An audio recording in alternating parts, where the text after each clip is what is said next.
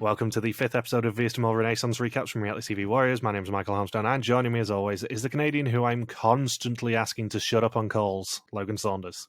Good afternoon. Good afternoon. It was just such an appropriate intro for you this week, given how, let's be honest, pissy Nikki got on that conference call. Interdiscipline. And what an utterly odd episode, I have to say. It was by far the best of the 5, obviously, but it was just a really weird episode. Well, because they've never done a twist like this before on any Mole season ever. No, it got to the end and I was like, is that it? Are they actually not going to show us the end of this challenge? Once it got to, I think once they started this challenge and I saw that there was about 15 or 16 minutes left, and I'm thinking, wait, this is a 24-hour challenge. There is no way they'll even get to the quiz by this point. And then once they got to that, and once they got to Piombino, I'm thinking, yeah, we're not gonna. This is definitely the cliffhanger, and I'm gonna guess for next week that the first 20 minutes of the episode, at least, if not more, is going to be spent on the remainder of this challenge. Yeah, because next week's going to be a really truncated episode if they're not careful, because it'll either be the entire episode is the culmination of this challenge, which I hope it isn't, because it'll probably be glacially paced and really difficult for us to talk about, or it's going to be the end of the challenge, immediate double elimination, let's be honest, probably between the 4, and then 2 challenges after that, and then another execution, or it'll be the end of the challenge, double execution, 2 challenges, and then the final 4 execution will be held over until the start of episode 7. I'm thinking they might do another challenge before the double execution. No, it's got to be after this one, I think, because if there was another challenge before the double execution, then they would have probably shown us a little bit of that challenge in the preview, because they literally only showed us bits from the culmination of this challenge. It suggests that there's going to be a final 4 straight after this challenge. Yeah, it's tough to gauge what's exactly going to happen, because there's still 3 more. Is there still 3 more episodes after this? Well, if there is a double execution officially after this episode, and then a single execution either at the end of the next episode or right at the start of the following one, then we'll have 7 normal episodes and a reunion at the end. There will actually be a reunion episode. Like, normally it would be 8 episodes plus a reunion, but the reunion might be the full 8th episode? Well, normally it would be 8, then a final 3 episode, and then a reunion, because there's usually 10 episodes. Whereas because it's 8 episodes, there's going to be 6 normal episodes, the final 3 one, and then the reunion, if it all works out. This does answer my question about how they're actually going to get to a final 3 by the last episode. Right. So it really is only going to be 8 episodes total. Yeah, assuming it pans out how I think it's going to now, then it will just be 8 episodes, including the reunion. Either that or there's going to be a mid-episode execution for episode 7, which has happened before. They do have history with mid-finale executions. Tico was actually a victim of one of those. And then they would have a final 2 on episode 7? Basically, there'd be 1 challenge, the mid-finale execution, 2 challenges, and then the final 3 V.S. de Mole. Find out next week bit. So, previously, the final 7 were split up on the way to Florence, with 4 of them painting and 3 of them looking at paintings. When they reunited, they were faced with an impossible challenge before Ellie had to divide them into 3 separate groups of tourists. At the execution, it was an abrupt end for the Queen of Interdiscipline, as Ellie got an instant red screen. And thank you to the lovely Marieke for actually pulling us up on a couple of bits from last week's podcast. She said that Ellie apparently got an instant red screen because the clouds were drawing in and there was going to be a massive storm. So they just had to quickly get the execution out of the way and then deal with it, basically. I guess you don't tell the contestants that. You just say, oh, welcome to our execution, but secretly, let's get this over and done with as soon as possible. Yeah, let's just get this shit over with and get it done. And the other bit was that for the gallery challenge, the correct order for the numbers was always going to be chronological order. It was just a bit lost in translation. Oh, okay.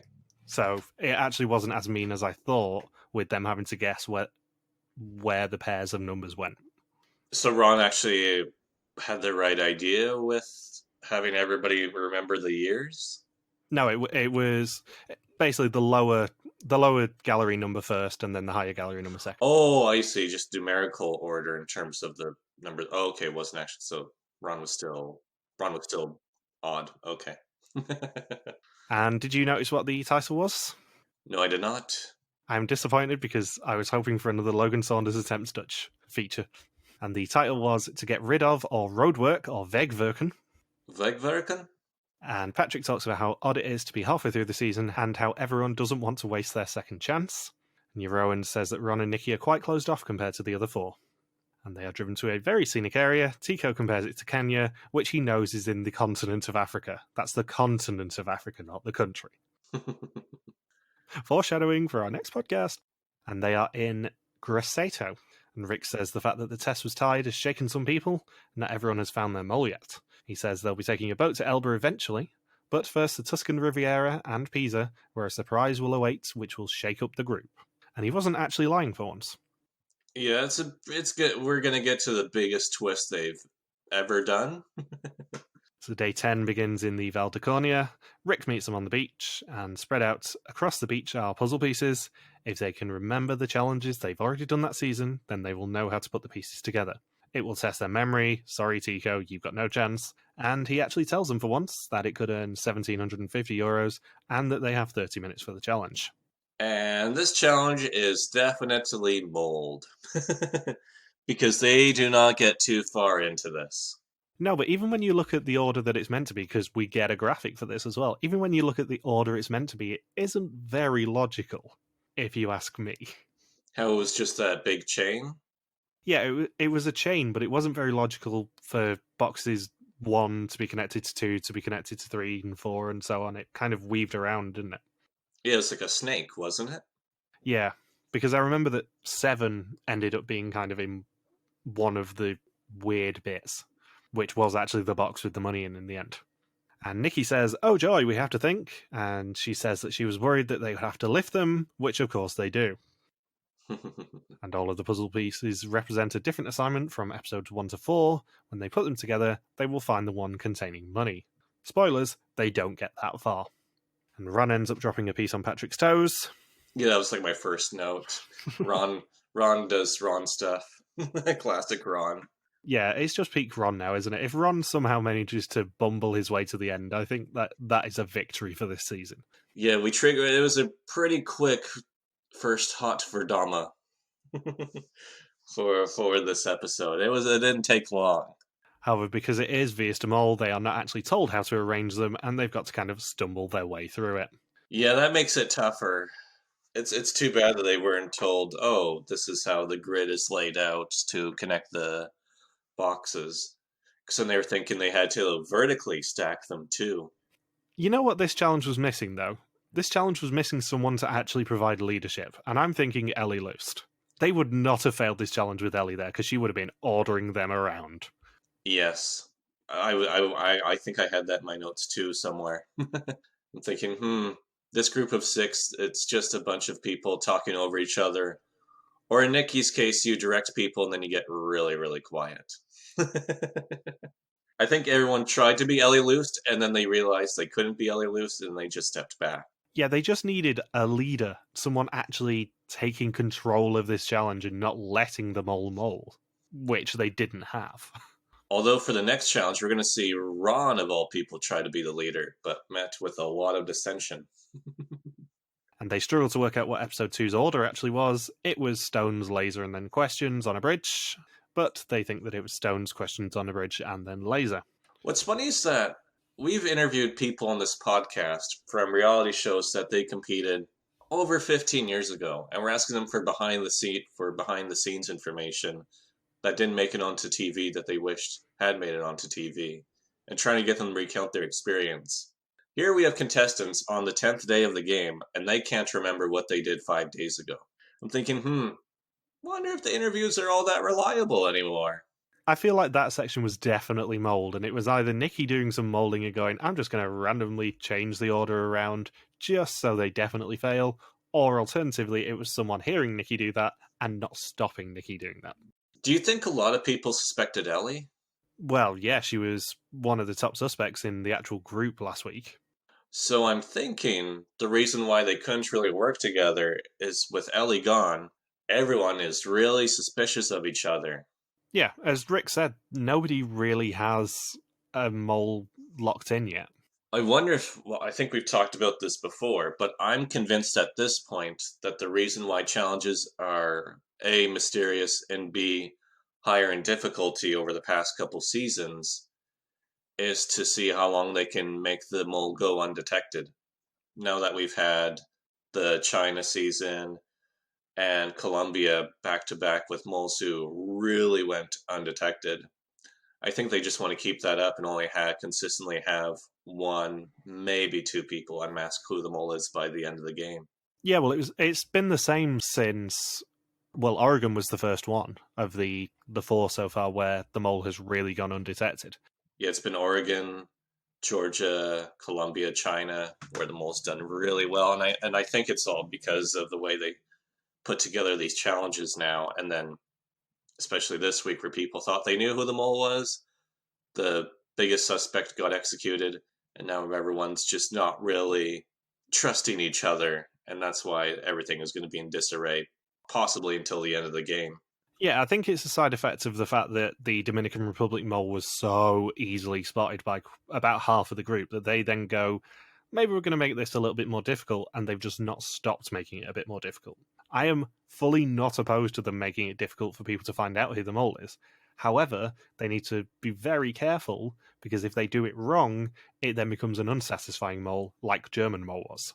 German Mole was the biggest load of bullshit I have seen for a long while. I've still not watched the finale. I do know who the mole was because it was utterly stupid what they did with that mole. What happened? First things first, their theme for the season was essentially Belgian Mole but half-arsed. So there were a lot of Belgian Mole challenges that came back where they just didn't understand what the nuance was of the Belgian Mole challenges. But the more important thing is every single execution had a twist, and every single execution had a stupid twist. They did Yoker on the Run. They did Paint Bomb Execution. I think they did the Bertrand one at one point. But the biggest issue in terms of the execution twist that they did was that they did a really, really stupid new one, which was two people get red screens and then have a face-off challenge where the first person to make a mistake went home. Oh, and one of those people was the mole. Did the mole get executed? The mole did not get executed, but it was utterly pointless doing that twist because A, it was for no money, B, it meant that they carried it over to the next episode, and C, it meant that one of the most brilliant characters of the season went home in a completely and utterly rigged challenge. They also did the Vietnam bungee jump, or a very similar challenge to it, and the Jeffrey split the pot challenge as well as one of their execution twists. So they really didn't. That's like 5 irregular executions right there, at least. Yeah, and that's just off the top of my head. There was not a single normal execution, I don't think. Until Final 3. Even then, the Final Four one was a you get to see all your screens privately and try and convince the other people that you didn't get the red one. It was essentially the Bertrand one. It was stupid anyway. That's the rant that I've been saving up for months when we can actually, talk about German Mole for once. So Jeroen and Nikki have an argument about Nikki apparently doing absolutely nothing. And spectacularly, they're actually worse at doing jigsaws than we are. I like how at the end of the challenge, it just looks like somebody had. It looked like the Tasmanian devil had ran through the beach because there are just pieces everywhere and none of them are really connected. There's a couple pieces that are connected, then everything is just scattered about. Yeah, the really funny thing is how much effort Tico puts into this challenge and then is just utterly shattered by the end of it, and they still don't win anything. I like how they probably put more effort into physically yelling at each other than they did physically lifting the objects. So, unsurprisingly, the puzzle isn't complete within half an hour, so they earn absolutely nothing of a possible 1,750. I love Rick's reaction when he comes up to the beach. He says, "Yeah, you guys didn't do this challenge. I don't have to." I think he said, I don't really have to say anything, but you didn't win the money on this." My favourite thing is he just walks off without telling them how to do it. It's a little bit reminiscent of Papa Bear Gilles da Costa in South Africa, where he's just kind of done with these people a little bit and just toying with them now. Obviously not to the same extent because Papa Bear is a god, but it just really made me laugh how much he dismisses them straight away. Maybe that should be a half an hour challenge. Rick tells you how to put the puzzle together and see if they understand the explanation. They definitely won't have. And then, I mean, they'd have to play for a lower amount, say 500 euros, but I think that'd be a fair challenge for this group. That is what their level is. We tell you how to do the challenge. Can you do it? Yeah. We're literally going to give you detailed instructions on how to do this challenge. Please, for the love of God, don't let the mole this one. And here's a phone for you to access Wikipedia, where we have uploaded the explanation step by step as well. So you get a verbal explanation and a written explanation. And the money was inside box 7, which is the box of the Locks on the Olive Tree assignment. The box of the locks. A roses, supposes, a Moses. Do you think that that was a clue? Probably. Because I know I referenced the Miss Mole clue last week with Oregon, where they completely and utterly were missing the mole, so they put in a clue, and then the group didn't even solve it properly and find it out. This feels quite reminiscent of that. I'm just not sure who that would refer to. Would it refer to Tico, who was in the middle on that challenge? Would it refer to Nikki, who's always wearing a padlock on her wrist, on her bracelet? Would it refer to Ron, who did absolutely nothing in that challenge? This is a clue to how useless Ron was earlier in the season. Oh, I should have spotted it. It feels like that's the sort of thing that is going to get revealed as a clue at the end of the season, and then we'll realise how. I'm just not sure who it refers to yet. 7 refers to the letter G in the alphabet, and G stands for the third letter in Peggy's name. And the fourth letter. And the fourth letter. There are 3 letters in mole and 4 letters in mole. Well, that makes sense, actually. 4 plus 3 equals 7. So they are driven to a farmhouse where envelopes await, saying make pairs and open an envelope. And it's Nikki and Tico, Peggy and Patrick, and Ron and Eurowan as the pairs. They are each given a different colour of car and a location. And no instructions whatsoever. And that night, Ron proposes a bond with Patrick, as they always seem to share a room, but he hesitates, asking whether it is a little bit too early. It is final 6, Ron. You should have had 2 bonds by now. It's like, the season's almost done. I don't think you want to bond at final 3, because your bond is either A, the mole, or B, the person who you'll be competing against for the entire prize money. So realistically, well, now that we know about this double execution twist, is it too early to have a bond when there's only 2 rounds left where the bond is useful? Where I can have a bond, or should I wait one more round and have a bond for 1 episode? Do I have it for 1 episode or 2 episodes? I don't know. And Ron also says that he is suspecting Nikki, but Patrick doesn't believe him. He thinks that Ron is also onto Peggy and trying to throw him off. And Patrick tries to get him to focus on Nikki and get himself executed. There's so much trust in this bond. I'm going to form a bond with this guy just to throw him away from who he wants me to suspect is the mole. Just to try and get him executed. Yeah, and the thing is, it might backfire for one, if not both of them, to try and do this. And for once, this season, we actually get to see them hang out a bit. Peggy says it's nice to cook for once, and they all speculate what the challenge will actually be. I thought it was going to be something to do with the food they were making. Like, where's the piece of cake without the blueberry on it? It's not as basic as US Mole, Logan. And there will be no skinny dipping from anyone in this cast. Please, God, do not burn that image into my mind. Oh, man. Ron may think it's too early to form a bond, but he won't think it's too early to skinny dip. Although the weather looks horrendous for skinny dipping.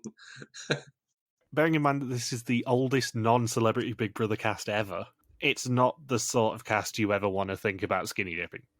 And they were told to pack a bag for an evening away. And Nikki says that they won't have any more old moles because those people actually have jobs to do. And Tico says that he guessed the assignment in the car on the way to the previous challenge. And then Rick does his intro from Pisa on day 11 and says that normally they're each other's opponents, but in the second assignment they have to work together. However, 2 people will leave this challenge with more of an advantage than the others. I can't believe that Nikki actually said that the other old moles won't be here because they have actual jobs, which implies that all the other moles who have shown up are unemployed, have fake jobs, or jobs with a low reputation. So that's amusing. Thinking about it, like half of the old moles we've seen so far, not that you know who any of them are either TV presenters or actors. So, let's be honest, at this point in the actual timeline, their work's probably dried up a little bit. They have time to fly to Italy and make a cameo. Yeah, in fact, they were asking if they could just hang around for a couple more episodes. But I'm not going to lie, Nikki shouting at Tico in this scene was probably going to be the banner, and I thought we've probably had too many Nikki banners now. There's only been one that hasn't featured Nikki so far this season, and I'm giving her a week off this week. We've got to peak Nikki now. So they are all taken to Pisa and given sports cars. Rick calls them on a conference call and takes a roll call. And they've all been given directions for another team in their car, and they have to pass those over a conference call. If they all arrive on time within an hour, they will earn €1,500 for the pot. And immediately, they agree not to talk over each other, but this is the Mole. That's not going to end very well. I like how they're all given Austin Powers cars. And there's something that was pointed out in the intro of this challenge that I don't think will be a clue, but if it is, I'm highlighting it now. And that is that, you know how we love to talk about movie music whenever they play it in the Mole or the Mole? Yes. At the start of this challenge, apparently they play the theme from the Pixar film Inside Out. And someone in this cast voiced one of the main characters in the Dutch dub of Inside Out. That person is Peggy. And people are kind of debating whether this is a clue. This only kind of came up today because we're recording this on Monday this week. This only kind of came up today because people have spotted it. I don't know whether it's going to be a clue because they do love some film music. But if it is, then kudos to Alex McMillan for actually flagging this, because it's interesting if it is going to be a clue. That's impressive that somebody knew that Peggy did voice acting for Inside Out. Yeah. I mean, I double-checked it to make sure that it was Peggy, and it was. But I'm interested to see whether it is actually going to be a clue, because spoilers for the end of this episode, I have a small feeling that Peggy might be one of the double boots. Or you just keep her in there and she's not a suspect, or she's not the mole, and then that just throws everyone off heading into the final reveal. Yeah, I don't know. I mean, up until I heard this clue, I was pretty confident with who my two people I think are going to go home, because we are going to discuss this at the end of the episode. Peggy, I still think, is probably going to be one of those two. I just don't know for certain anymore. So Ron and Euron ignore Nikki's request for their second set of directions, and she gets a little bit tetchy with them. And by a little bit tetchy, I mean screams at them, "Give me my instructions."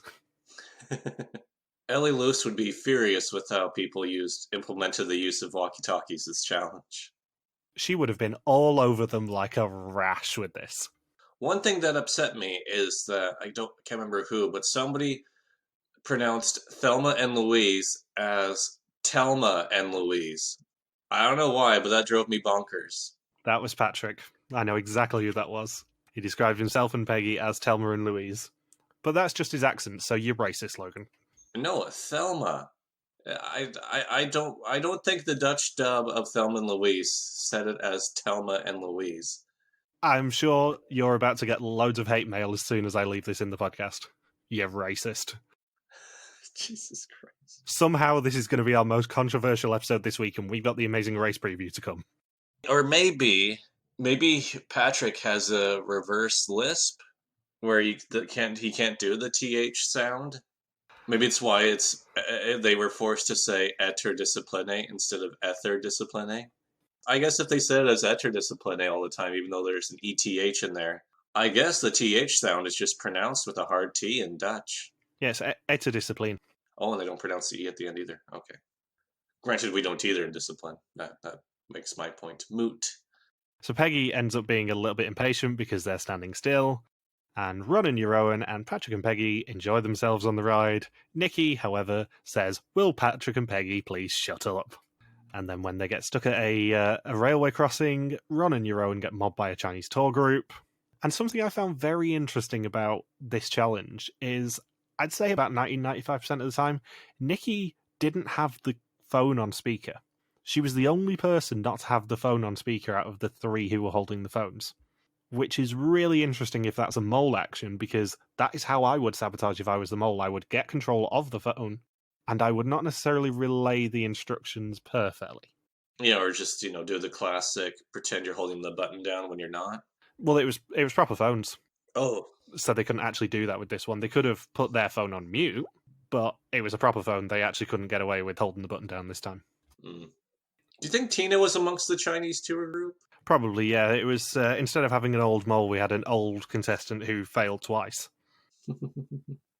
So Patrick and Peggy have trouble finding a white bridge, meaning that Nikki ends up screaming their next instruction so they can actually hear it that time.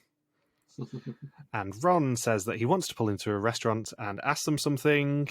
And then in probably the scene of the episode, Tico decides to go to the bathroom in the bushes while Nikki gets instructions. However, he ends up coming across an Italian prostitute and gives her a wave. Well, you gotta be polite. You can't just ignore the prostitutes that are coming across your path, Saunders. Yeah, they're people too. Don't make me make prostitutes people too, the title. Hashtag prostitutes are people too. Especially for Tico.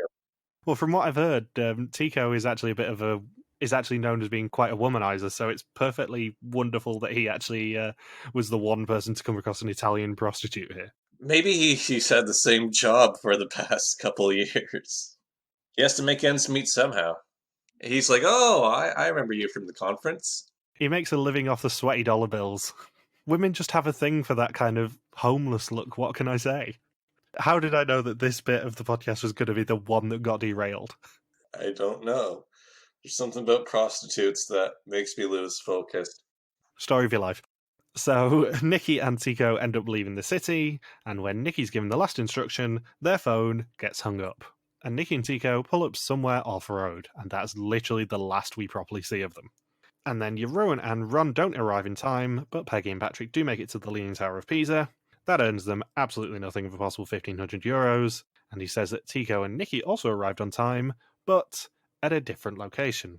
As a result of their different location, they've escaped test and execution, as have the rest of them, for now, because 2 of them will go home at the next execution. Specifically, 2 of the 4 of them if they don't find Tico and Nikki within 24 hours. Imagine if the mole is in that group of 4, which my top 3 suspects are all in that group of 4. Yeah, it's really interesting to think about how the mole would position themselves in this, because the mole has absolutely no horse in the race as to whether there is a double execution with 4 people and a double execution with 6. The mole does not care in the slightest what happens. Well, kinda, because if within the group of 4, let's say there's 2 people in the group of 4 who are the only 2 suspecting you of being the mole, if 2 of those people, I mean, then you're guaranteed one of those people are going to be executed at the double execution. Yeah, it doesn't make a complete lot of sense to me, basically, this challenge, because it's obviously a brilliant challenge, it's such a wonderful idea, but it's a weird challenge in that the mole really doesn't care. Well, there is money involved, too, though. There is, but also, with the threat of double execution, is everyone really going to go for money? Well, apparently so, because they do argue in the restaurant over what to do. I know, but in theory, I don't think anyone's actually going to go for money, especially as in the preview we did see the 2 clue bits, we did not see anyone attempt to go for the money, because I suspect there's going to be a mini challenge to get the money as well. For some reason, especially if the 3 non-moles in the group of 4 all suspect somebody within the group as the mole, they're all probably thinking, if I go for the money, I risk having a 66% chance of being executed. Maybe I don't go for the money this time. You have lower odds of being executed in the finale. This is what I mean. The group of 4 aren't really going to care about money in theory, because the bigger focus for them is making sure they are not executed and to minimize the odds of them getting executed. Because if they go for money and fail the challenge as a result, then they probably don't get the money, number 1, but also number 2, they have a 1 in 2 chance of going home, and that's assuming the mole isn't in that group. If they pass the challenge, they have a 1 in 3 chance, which in reality is actually going to be 40% chance. It's the difference of 27%. Yeah. I cannot see how the mole would care at all where they are in this challenge. Depending on what Nikki and Tico have to do next week, because we know they're locked in a cell somewhere, then maybe that will clarify a little bit more, but with the information we've got right now, the mole probably doesn't care. Did Columbia do a double execution at Final 6? Yes, and it was the stupid one because they did an extra non-elimination and then had Meryl mysteriously find the card on the Walk of Temptation that had a double execution. Oh, good old Meryl. Not that I still think that that is one of the stupidest twists they've ever done, but it's one of the stupidest twists they've ever done. But at least with their double execution, it was within a group of 6. With this, there's a chance it's going to be 2 and I guess Columbia was actually 2 and 5 that you get executed. This is 2 out of 3 we could be seeing, which could be devastating for the hunt for the mole. It's an odd challenge, and depending on what happens next week, I think we're going to have a lot to talk about with it. I really hope it's the 3. If it is a group of 4 and they face a double execution, I really hope all 3 people are the 3 people who have the highest scores so far on the quizzes. I hope not, just so it narrows the moles down a little bit. Well, I mean, all of my suspects are in that group of 4, so if they have a double execution, that is fine by me. There's too many people in that group who are suspicious at the moment. Yes, that's why I want them to have the double execution so I can lose 2 of my suspects, most likely, and be like, well, I'm only down to 1. I guess I'll go straight ticket for the rest of the season. So Rick gives them actual money for once, which is €500, their passports, and some car keys. And Nikki and Tico are taken on a helicopter ride. And Nikki's word of the week is not Hunger Games. This week it's bizarre, because she says that at every challenge this episode. And Peggy says that she's not used to driving an automatic van. She wants to drive so she can get a little bit of control back in the game. Because in a game like vs Mole, you relinquish all control, and she just wants a little bit. Well, I wish it was just a montage of her repeatedly stalling the car. Well, that's the thing, because it's an automatic, it's physically impossible to stall an automatic. Oh, maybe she'll find a way. That's why so much of the world now drives an automatic car, is because it's way easier to drive. It's just, the cheats way out. Mm-hmm. So they get absolutely nothing instruction-wise, except for a keyring hanging on the mirror directing them to Piombino, which is a town near Grosseto. And where's Grosseto? Grosseto is where they were at the start of the episode. So they're looping back. Yeah, because when Rick did his introduction, he said that they were going to be visiting the Italian Riviera and Pisa and also Elba eventually. And that he described Grosseto, where they were at the start, as the gateway to Elba. So they were always going to kind of loop back on it. And they reference a French game show when they get to their destination at night. I was going to say this. Are you aware of Fort Boyard? Well, you have mentioned it. I know I have, because Fort Boyard is one of the greatest game shows ever. In case you didn't know, and in case you've never heard about it, it's essentially a floating Napoleonic fort in the middle of the Atlantic, where they, in the 90s, decided to make it the world's largest floating television studio and put loads of ridiculous games in it. If you think the sort of challenge we talk about with Belgian Mole, that's the sort of level we're going for with some of the Fort Boyard challenges. They are insane. And I can't remember, but somebody said, oh, it's Fort Boyard. It is. It was Peggy. So they find out that Piombino is 120 kilometers away from where they are, and Nicky and Tico take a turn over the water towards the island of Elba. And in the van, Jeroen and Peggy sing More Than Words, and Patrick despairs, and he ends up convincing them to listen to the radio, and they all end up having a bit of a sing-song. I don't know what it is about karaoke before a major twist on the Mole. That seems to happen in Belgian Mole too, where the host is like, oh, high stakes, guys, you must be nervous. And then the contestants use karaoke as their outlet every single time. Yeah, because we had this in the Final Four episode of the South Africa season as well, didn't we? We had Jill go, oh, it's going to be a really tense execution, and then you just immediately cut to everyone singing Justin Timberlake. Yeah, because the pass fragons that were handed out, he's like, oh, 2 of you have 2 pass fragons and the other 2 don't. That's going to make things tense as you try to get into the final 3. Dance, dance, dance, dance. So Nicky and Tico land on a beach where people carrier waits to take them away, and that's literally the last we see of them. And it is nighttime by the time that the group of 4 arrive in Piombino. Patrick and Ron try and get some help from the locals. Ron, obviously being Ron, targets a street cleaner who knows no English whatsoever, but Patrick gets a bit luckier with the local and finally sees the tower, which, as you said, Peggy, compares to Fort Boyard when they get there. And at the top of the tower is a box with a combination lock and a compass in 4 directions. And there are also 4 numbers on the walls to point to and unlock the box. Which doesn't take them long, let's be honest. And inside the box is a map, tickets for a theatre, and also boat tickets for the next morning. The map is of Elba, where Napoleon was staying, and the boat ticket is for 8:20 on November the 15th. And also on the map are euro signs and magnifying glasses, where they will find money for the pots and information about where Nick and Tico are, respectively.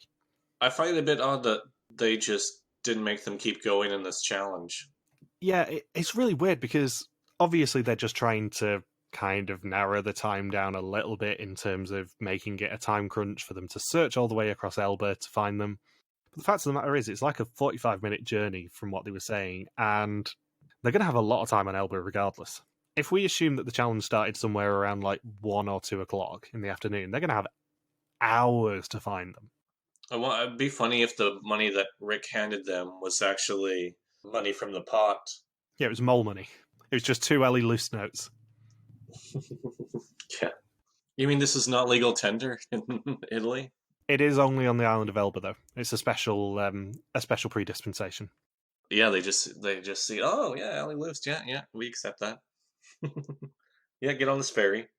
And because this is an odd challenge, they also have to find a hotel for themselves to sleep in. They find one quite quickly at €75 a night. And Ron says at dinner that he's concerned that the money spots will distract them from actually finding Nikki and Tico. He's a little bit stressed about, the potential of a 2 in 3 chance of going home. And they agree that they are going for money as well as Nikki and Tico. And that is where the episode ends.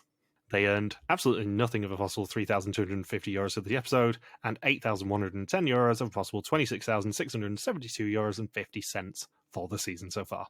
So next time they search the island of Elba for Nikki and Tico, we see both magnifying glass spots clues, and that is all that is in the preview.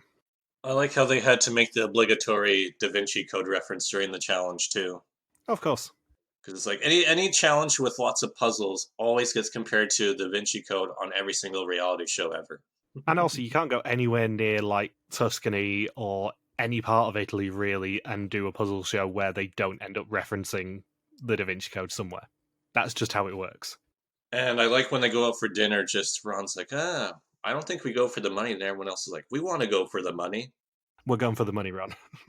Yeah, we're not good. Yeah. Yeah, bearing in mind, Ron, that Rowan went 5th, Peggy went like 7th, Patrick went like 7th. You went 1st, so defer to the people who actually know what they're talking about here. So yeah, that is basically the end of the episode. It was a very abrupt ending, as we discussed. I like how the biggest fear going into next episode is Ron is worrying about having to climb. Well, he's not as young as he used to be. He turned 59 during this season, Saunders. I thought it was 49. No, that's just what he claimed. Oh, he's a liar. Yeah. Why would he lie? I know. He lies with his eyes, what can I say? He lies with his puzzle piece drop onto Patrick's toes. So, number 1, who do you suspect? You can have 2. I guess I'll just stick with Peggy and Rowan, and then after the double execution, Patrick will probably enter the mix. And most importantly, who do you think are going to be the at least 2 people who go home next week? I think Nikki's going to go. I think it's going to be her time. See, my feeling is, I went into this going, it's going to be Peggy and Patrick because they basically had the entire episode to themselves here, and it felt like Peggy's last stand especially. With the Inside Out clue, I'm kind of indifferent on whether Peggy is actually going to go yet. I think it will be 2 of Patrick, Peggy, and Rowan. I don't see it being Ron, I don't see it being Nikki, and I don't see it being Tico, sadly. I feel like Nikki and Tico are going to still get exemptions. I don't think they're going to find them in time. And somehow, I think Ron's going to scrape his way through, and I don't know who will join him. But I think I'm leaning towards it being Peggy's last stand and Peggy going home. And I think it's probably more likely Rowan than Patrick.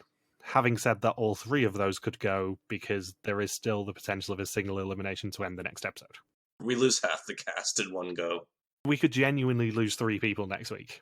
And it does also mean, I know you did say you're not going to use your Switch, but I do have to say this, it does also mean that this is the last week of Switches. I didn't even know there were still going to be Switches. Yeah, because you said at the start of the season, if there are Switches, then I'm just not going to use mine. I want to see how good my instinct was. But I do have Yeah. to say, the official line is as soon as there are less than 5 people in the game, the switches are no longer active. Therefore, this is the last week to use them if you're going to. And my suspicions are still, let's be honest, Nikki and then Peggy in that order. I feel like both of them had some sort of mole action this week. I feel like the episode was pretty much dedicated to Peggy, though. See, she didn't even really stand out to me as a character as much this round. The entire narrative was basically around her because we had her and Patrick doing like 90% of the confessionals.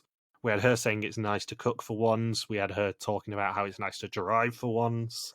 How it's nice to actually get a bit of control in the game of Fiesta Mole, which you don't get all the time. It was a Peggy heavy episode, this one. And of course, because there wasn't a quiz or execution at all, Zero Scene's not even like a fake out execution where it's all about, oh, only 3 of you get to see your screens. If you all get green screens, nobody goes home. So because we didn't get a quiz or an execution, we get a ton of character scenes all throughout this episode. Yeah, it felt like after this episode, Peggy's either going to win or go home next week straight away. It felt to me like a Peggy's Last Stand episode, but I will be happy to be proven wrong next week because I do like Peggy, I'll be honest. If the group of 4 are the only ones vulnerable, I expect Patrick and Euron to go. Just because I think it would be hilarious for Ron to be in the final 4. Yeah. And the final thing that we do have to discuss, seeing as though somehow we managed to look into this, we're recording this on Monday, and they announced this afternoon that Fiesta Mole 21 is officially going to premiere on January 2nd. I have no idea how. I have no idea when they filmed this, if they filmed it at all yet, whether they've just started filming, but apparently it is definitely going to be a thing. You were saying, I think before the podcast, you were saying that Rick is potentially filming it right now? Yeah, because the teaser trailer is so limited. I'm assuming you've not seen it, but it's essentially Rick pretending to talk to the next group of candidates, but it's blatantly obvious he's in a room on his own with a black curtain behind him. Rick is apparently booked off his news job for the next 2 weeks, which makes me think they're probably going to be filming it in the next 2 weeks. But on the flip side, there's a theory that they've just filmed it and he's just come back from it. Oh, because then he would go into quarantine. Yeah, because it still gives him enough time to come back to the Netherlands and do the reunion episode if they have this 2-week buffer here. If it was filmed in the last couple of weeks, there is a strong rumour of the area of the world where it's going to be, and there is no confirmation whatsoever on this, so this is utterly baseless. Can I guess? Yeah, you can guess. I have my first 2 guesses would be Mexico and Turkey. Mexico, Patrick's season filmed in, so they won't go back there. Turkey, I've not heard. Serbia? No good choice, but the theory I've heard is either Sweden or Norway. And it's based entirely on the fact that very recently, Rick followed the official account for the Lofoten Islands on Instagram. And that's in Norway and or Sweden? That is where the Norway episode of The Amazing Race 23 took place. Oh. If it is Norway and Sweden, that would be amazing because neither of them have featured on a mole season before, and as we previously discussed, we've not had a cold weather mole season for a long while. And I believe it's been a long time since Norway had their version of the mole, their own version of the mole. Did Norway ever have the mole? Yes, they definitely did because they filmed a season in Canada. Because I remember once upon a time in 2001 or 2002, there was a GeoCities website, and they did written summaries for all the different international versions of the mole that were going on at the time and archived them. The website, I think, was only around for about 2, maybe 3 years, but they definitely had a Norway version. And I remember I believe they filmed the season in Alberta or Saskatchewan. I think it pretty much was all in the prairies. I've just googled it. You are indeed correct. It aired between January 2000 and December 2002. Yeah.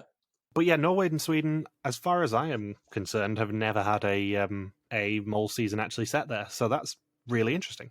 Well, I think the weather is a big point of discouragement. Yeah, but if you think they normally film sort of August time for the Dutch seasons, that's like peak actually warm time in Scandinavia. You could actually get decent weather in Scandinavia in August. Yeah, if they actually did film in July or August, yeah, they'll be fine. It might be a little bit colder in October, November time, though. Yeah, if they haven't filmed it yet, that's going to be a miserable filming schedule. It's going to be a proper cold weather season. Especially if they go as far north as you expect. Yeah, take it with a pinch of salt, essentially. Nothing's been confirmed. The mole books are out in about 6 weeks, so we'll probably know by then. But I just think it's very interesting how nobody really knew that they'd filmed season 21, and now all of the detectives are out and trying to work out A, who's on it, and B, where they were. Yeah, how often do they know where they're going and like one or two people who are going to be on it? Has it really happened where everyone's like, "Oh, what? They did a season or are going to do a season?" They're pretty good with it because most of them obviously have to take 2 or 3 weeks after social media, and if it's an atypical thing for that person to take so much time off social media, then it's a pretty big clue. Yeah, and they're all D-list celebrities within the Netherlands, so somebody's going to figure it out. Obviously, you get someone like Robert from Colombia where he has no social media presence whatsoever, and everyone's like, "Really? That's okay, cool." And then Sinan, they couldn't figure out because they didn't know if he was being held hostage in North Korea or Syria. Yeah, that's a good point. But yeah, most of the time they pretty much guess the cast correctly, I would say. So, have you got anything else you want to say?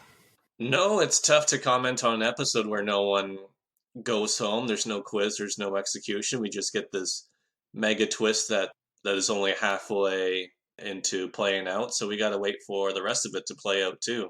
And then we can comment a lot more. I'm just eager to see how, even though it's a 24-hour challenge, is it really only going to come down to like 5 hours of it on the. I mean, really, this whole first half, this whole first night of the challenge on the timer has meant nothing. Because the ferry doesn't take off till 8:20 in the morning. So you think, all they had to do was get to that box by about 5 a.m. and they would be okay. Functionally, this last challenge in the episode is utterly irrelevant to everything because the mole doesn't really care what happens in the first half of the challenge. There's no money on the line for any of the contestants until they get to the island, so the first part of this challenge is utterly irrelevant. Let's be honest, they were pretty much guaranteed to get that ferry because there's pre-booked tickets and everything, so it doesn't really matter how long they drive. It's character scenes, but ultimately, the last 20 minutes of this episode are kind of irrelevant. And I mean, they got there early enough to where they still found a restaurant that was open. And I don't think Piombino is really the biggest town in Italy that I'm aware of to have restaurants open late. No.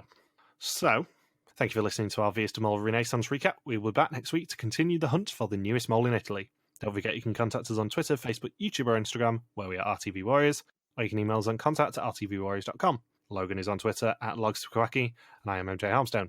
Thank you as always to Marieke for the subtitles. We will see you next week, and more importantly, we'll see you for Amazing Race 32's preview on Sunday. See ya. Peace out and just chill until the next flavoring.